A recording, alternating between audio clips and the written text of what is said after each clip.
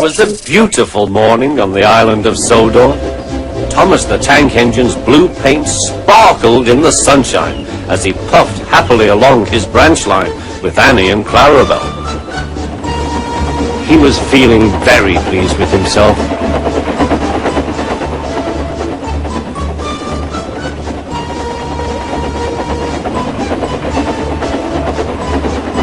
"Hello, Thomas," whistled Percy. "You look splendid." "Yes, indeed," boasted Thomas. "Blue is the only proper color for an engine." "Oh, I don't know. I like my brown paint," said Toby. "I've always been green. I wouldn't want to be any other color either," added Percy. Well, anyway, huffed Thomas, "blue is the only color for a really useful engine. Everyone knows that."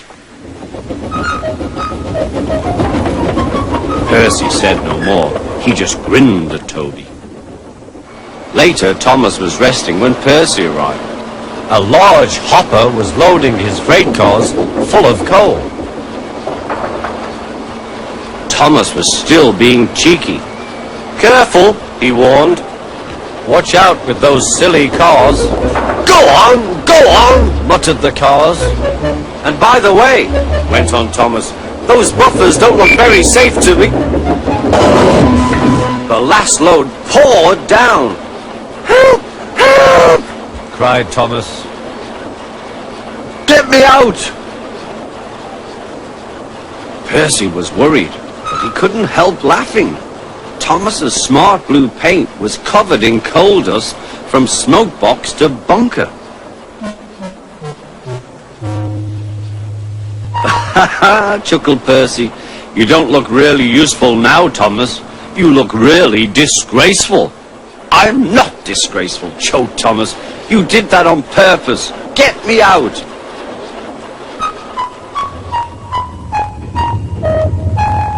It took so long to clean Thomas that he wasn't in time for his next train. Toby had to take Annie and Clarabelle. "Poor Thomas," whispered Annie to Clarabelle. They were most upset.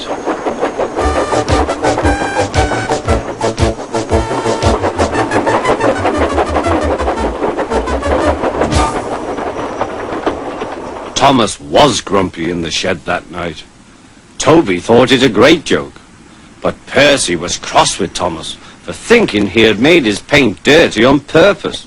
Fancy a really useful blue engine like Thomas becoming a disgrace to Sir Topham Hatt's railway. Next day, Thomas was feeling more cheerful as he watched Percy bring his cars from the junction. The cars were heavy and Percy was tired.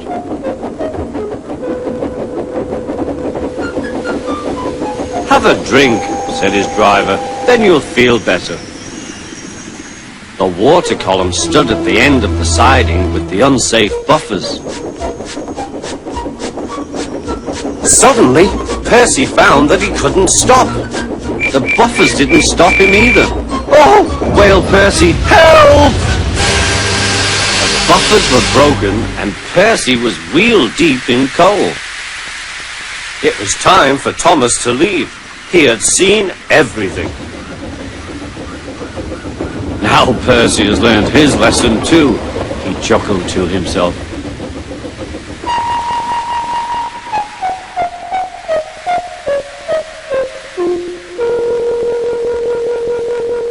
That night, the two engines made up their quarrel.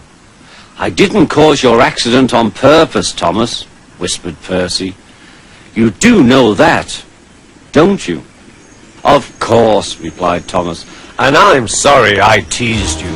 Your green paint looks splendid again, too. In future, we'll both be more careful of coal."